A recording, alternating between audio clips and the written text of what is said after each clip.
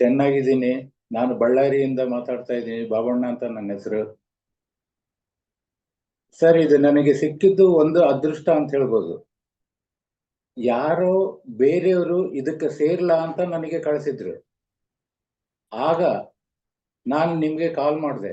ಕಾಲ್ ಮಾಡಿದ್ಮೇಲೆ ನೀವೆಲ್ಲ ಡೀಟೇಲ್ಸ್ ಹೇಳಿದ್ರಿ. ನಾನು ಧ್ಯಾನ ಮಾಡ್ತಿದ್ದೀನಿ ಅಂದ್ರೆ ನೀವು 9 ಗಂಟೆಗೆ ಕ್ಲಾಸ್ ಇರುತ್ತೆ, ಧ್ಯಾನದ ಕ್ಲಾಸ್ ಇರುತ್ತೆ, ಆ ಸತ್ಸಂಗ ಅಟೆಂಡ್ ಆಗ್ರಿ ಅಂತ ಹೇಳಿದ್ರಿ.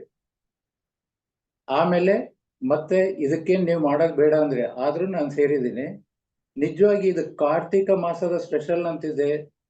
ನೀವು ಹೇಳಿದಾಗೆ ನನಗೆ ನಿಜವಾಗಿ ತುಂಬಾ ಅದೃಷ್ಟ ಇದೆ. ಅದಕ್ಕೋಸ್ಕರ ಆ ಶಿವನೇ ನನಗೆ ಇದು ಮಾಡ್ಲಿಕ್ಕೆ ಪರ್ಮಿಷನ್ ಕೊಟ್ಟಿದ್ದಾರೆ. ಇದು 24 ದಿನ ನಾನು ಮಾಡ್ತೀನೋ ಇಲ್ಲ ಅನ್ಕೊಂಡಿದ್ದೆ ಫಸ್ಟ್ ಆಫ್ ಆಲ್. ಆದ್ರೆ 24 ದಿನ ತುಂಬಾ ಈಸಿಯಾಗಿ ಕಂಪ್ಲೀಟ್ ಮಾಡಿದ್ದೀನಿ. ಆಕ್ಚುಲ್ ಆಗಿ ನಾವು ಊಟ ಮಾಡಿದ್ರೆ ಹಸಿವು ಜಾಸ್ತಿ ಆಗ್ತಾ ಇತ್ತು, ಅಂದ್ರೆ ತಿನ್ಬೇಕು ಅನಿಸ್ತಾ ಇತ್ತು. ಈಗ ಹಸಿವು ಆಗ್ತಾ ಇದ್ರು ಕೂಡ ಕಂಟ್ರೋಲಿಂಗ್ ಕೆಪಾಸಿಟಿ ಬಂದಿದೆ. ಹಸಿವೆ ಅಂದ್ರೆ ಯಾವುದೇ ಒಂದು ತೊಂದರೆ ಇಲ್ದಂಗೆ ಇದನ್ನ ಮುಗಿಸಿದ್ದೀನಿ. ಹೊಟ್ಟೆ ತುಂಬಾ ಕುಡಿತಾ ಇದ್ವಿ, ತಿಂತಾ ಇದ್ದಿದ್ದಲ್ಲ, ಕುಡಿತಾ ಇದ್ವಿ. ಸೊ ಫುಲ್ ಆಕ್ಚುಲ್ ಆಗಿ ನೀವು ಹೇಳ್ದಂಗೆ ಇದು ನೀರಾಹಾರ ಮಾಡಿದೀವಿ, ಆದ್ರೆ ಇದು ಡಯಟ್ ಮಾಡಿದ್ದಲ್ಲ. ನಿಜವಾಗ ಅದು ತುಂಬಾ ಸಂತೋಷ ಆಗುತ್ತೆ ಸರ್. ನಾನು 7 kg ಕಡಿಮೆ ಆಗಿದ್ದೀನಿ. 7 kgs. 80 kg ಇದ್ದೆ, 73 ಬಂದಿದ್ದೀನಿ. ಆಮೇಲೆ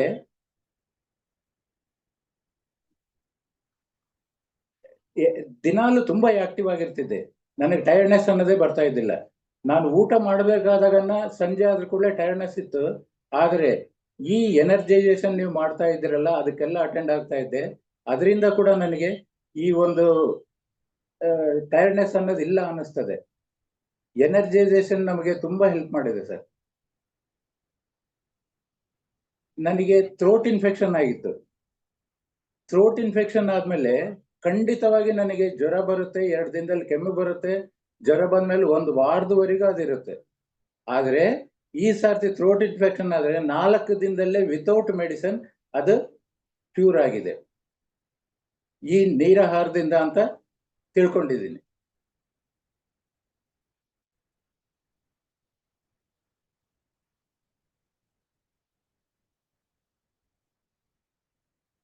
ಇಷ್ಟೇ ಸರ್ ನನ್ನ ಎಕ್ಸ್ಪೀರಿಯನ್ಸ್. ಆಮೇಲೆ ಯಾವಾಗ್ಲೂ ಕಾಮ್ ಆಗಿರ್ತಾ ಇದ್ವಿ. ಈಗ ಮೊದಲೆಲ್ಲ ಕ್ಲಮ್ಸಿನೆಸ್ ಇರ್ತಾ ಇತ್ತು. ಈಗ ಈ ಒಂದು 25 ಡೇಸ್ ನೀರಾಹಾರ ಮಾಡೋದ್ರಿಂದ ತುಂಬಾ ಕಾಮ್ ಆಗಿದ್ದೀನಿ.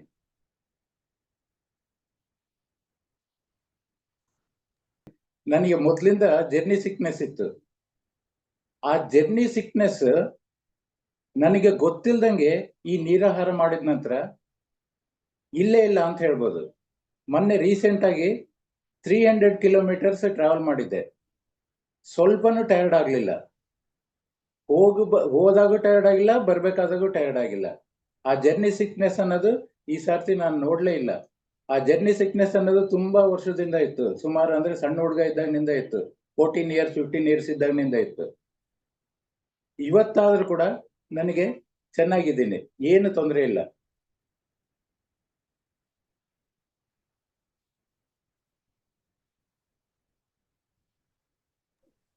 ಎಲ್ರೂ ಸಂಯಮವಾಗಿ ಬರ್ಲೇಬೇಕಾ? ಖಂಡಿತವಾಗಿ ಮೇಡಮ್, ಸಂಯಮ ಮಾಡಿದಷ್ಟು ಎಲ್ರು ಆಕ್ಟಿವ್ ಆಗ್ತಾರೆ. ಆಮೇಲೆ ನಿದ್ದೆ ಅಂತ ಹೇಳಿದ್ರಲ್ಲ, ಮೊದ್ಲು ನಿದ್ದೆ ಜಾಸ್ತಿ ಮಾಡ್ತಿದ್ದೆ, ಈಗ ನಿದ್ದೆ ತುಂಬಾ ಕಡಿಮೆ ಆಗಿದೆ. ಆದ್ರೆ ಟಯರ್ಡ್ನೆಸ್ ಇಲ್ಲ ನನಗೆ. ನಿದ್ದೆ ಮೊದಲು 7-8 ಗಂಟೆವರೆಗೂ ಮಾಡ್ತಿದ್ದೆ, ಇತ್ತೀಚೆಗೆ 5 ಗಂಟೆಗೆಲ್ಲ ಎದ್ದಿರ್ತೀನಿ. ಆದ್ರೂ ನನಗೆ ನಿದ್ರೆ ಕಡಿಮೆ ಅನ್ನಿಸ್ತಾ ಇಲ್ಲ. ಚೆನ್ನಾಗೇ ಇದ್ದೀನಿ, ಹೆಲ್ತಿ ಆಗಿದ್ದೀನಿ, ಆಕ್ಟಿವ್ ಆಗಿದ್ದೀನಿ.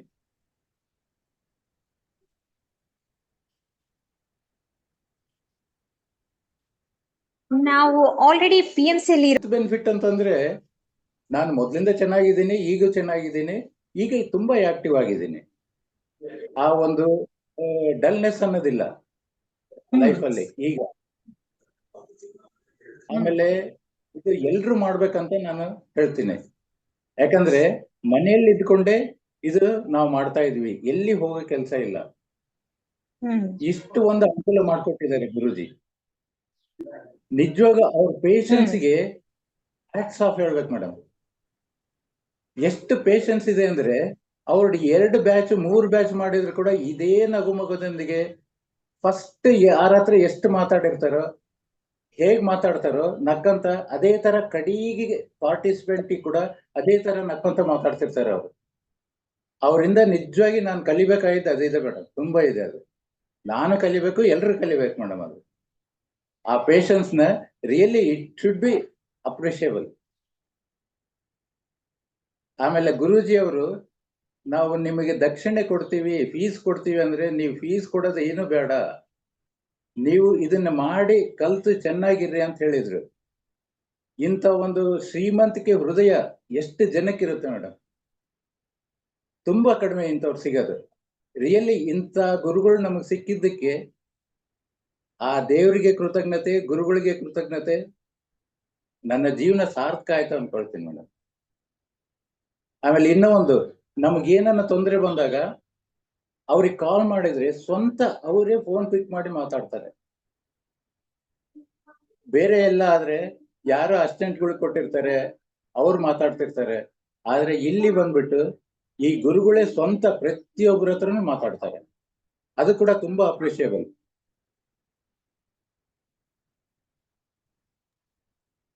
ಈ ಕಾರ್ತಿಕ ಮಾಸ ಸ್ಪೆಷಲ್ ಇದ್ದಿದ್ದು ಮೊದಲು ಸೇರಿದಾಗ ಗೊತ್ತಿದ್ದಿಲ್ಲ, ಆ ನಂತರ ಮೊನ್ನೆ ಗೊತ್ತಾಯ್ತದು. ನಿಜವಾಗಿ ಇದು ನನಗೆ ಆ ಶಿವನೇ ಅನುಗ್ರಹ ಮಾಡಿದಾನೆ ಅಂತ ಅನ್ಕೊಳ್ತೀನಿ ಮೇಡಮ್. ಇದು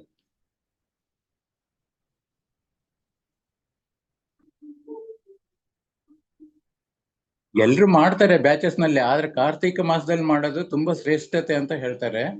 ಆ ಅದೃಷ್ಟ ನನಗೆ ಸಿಕ್ಕಿದೆ ಮೇಡಮ್. ಮೇಡಮ್ ಆಕ್ಚುಲ್ ಆಗಿ ಲಿಕ್ವಿಡ್ ತಗೊಳ್ತಾ ಇದ್ದಿದ್ದು ಕಡಿಮೆ. ನಾನು ಯಾವಾಗ್ಲೂ ಊಟ ಮಾಡ್ತಿದ್ದೆ ಅಥವಾ ಏನಾದ್ರು ಟಿಫನ್ ಮಾಡ್ತಾ ಇದ್ದೆ, ಲಿಕ್ವಿಡ್ ನಲ್ಲಿ ಇದ್ದಿದ್ದು ತುಂಬಾ ಕಡಿಮೆ ಜೀವನದಲ್ಲಿ ನಾನು. ಆದ್ರೆ ಇದು ನಾನು ಮಾಡ್ಬೇಕಾದಾಗ ಲಿಕ್ವಿಡ್ ನಲ್ಲಿ ನೀವು ಎಷ್ಟನ್ನ ತಿನ್ರಿ, ಅಲ್ಲ ಸರಿ ಎಷ್ಟನ್ನ ಕುಡೀರಿ ಅಂತ ಹೇಳಿದ್ರು, ಹೊಟ್ಟೆ ತುಂಬಾ ಕುಡೀರಿ ಅಂತ ಹೇಳಿದ್ರು. ಆ ತರ ಮಾಡ್ತಾ ಬಂದೆ, ನನಗೆ ಹಸಿವು ಅನ್ನೋದು ಕಾಣ್ಲಿಲ್ಲ ಬೇಡ ಅಸಲು.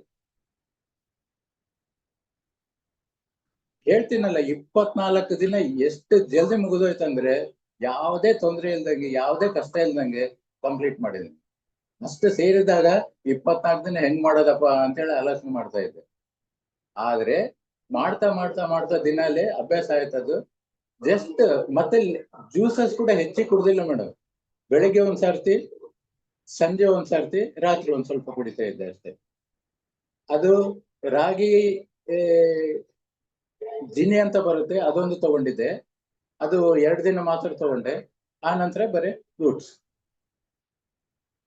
ಫ್ರೂಟ್ಸ್ ಅಲ್ಲಿ ಜಾಂಬಣ್ಣು, ಆಮೇಲೆ ಬಾಳೆಹಣ್ಣು, ದ್ರಾಕ್ಷಿ ಹಣ್ಣು, ಕಿತ್ಲೆ ಹಣ್ಣು, ಇವು 4 ಮಾತ್ರ ತಗೊಂಡಿರೋದು ಮೇಡಮ್.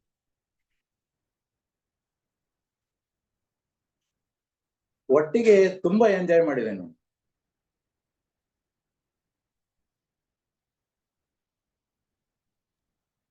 ಅಗ್ನಿಗೆ ದಹಿಸಿ ಇಲ್ಲ ಮೇಡಮ್, ಈಸಿಯಾಗಿ ಮಾಡ್ಬೋದು, ಏನ್ ತೊಂದರೆ ಇಲ್ಲ. ಎದಕ್ಕಂದ್ರೆ ಮೇನ್ ಅವ್ರು ಹೇಳೋದು, ನೀವು ಡಯಟ್ ಎಲ್ಲ ಮಾಡ್ತಿರೋದು, ನೀವ್ ಎಷ್ಟು ಬೇಕೋ ಅಷ್ಟು ಹೊಟ್ಟೆ ತುಂಬಾ ಕುಡೀರಿ ಅಂತ ಹೇಳ್ತಾರೆ. ಆ ಒಂದು ವಿಷಯದ ತಗೊಂಡ್ರೆ ನಿಜವಾಗಿ ಪ್ರತಿಯೊಬ್ರು ಮಾಡ್ಬೋದು ಮೇಡಮ್, ಏನು ತೊಂದರೆ ಇಲ್ಲ. ಆಮೇಲೆ ತಗೊಳ್ಳೋದ್ರಲ್ಲಿ ಕೂಡ ಯಾವ್ದು ರೆಸ್ಟ್ರಿಕ್ಷನ್ಸ್ ಇಲ್ಲ, ಯಾವುದೇ ಹಣ್ಣು ತಗೊಳ್ರಿ ಅಂತ ಹೇಳ್ತಾರೆ. నిజంగా సార్, మీరు అంతసేపు ఉంటారు కదా, అంత స్మైలింగ్ ఫేస్ లో ఉంటారు. Really hats off to you sir. నేను ఎంతో మందిని చూసినాను గురువుల్ని. కాకపోతే మీ ఎట్లా స్టార్టింగ్ లో ఎట్లుంటారో లాస్ట్ వరకు సేమ్ దీంట్లో ఉంటారు. లాస్ట్ అయిపోయింది ఇంకేం వినేదిలేవు అంటే అనే మాటే లేదు అసలు మీకు. ఇంకా మాకే చాలా అవుతుంది, ఎಷ್ಟొತ್ತು ಮಾಡ್ತಾರೆ ಇವರು ಅಂತ ಹೇಳ್ತಿರ್ತೀವಿ. కాకపోతే మీరు మాత్రం అంతే కామ్నెస్ గా కంప్లీట్ అయ్యే వరకు అదే స్థితిలో ఉంటారు మీరు. అది చాలా నచ్చింది సార్. ಇದ್ದದಕ್ಕೆ ಇದು ಕಾರ್ತಿಕ ಮಾಸ ಸ್ಪೆಷಲ್ ನಲ್ಲಿ ಸೇರ್ಕೊಂಡಿದ್ದೀನಿ ಅಂತ ಅನ್ಕೊಳ್ತಾ ಇದ್ದೀನಿ ನಾನು.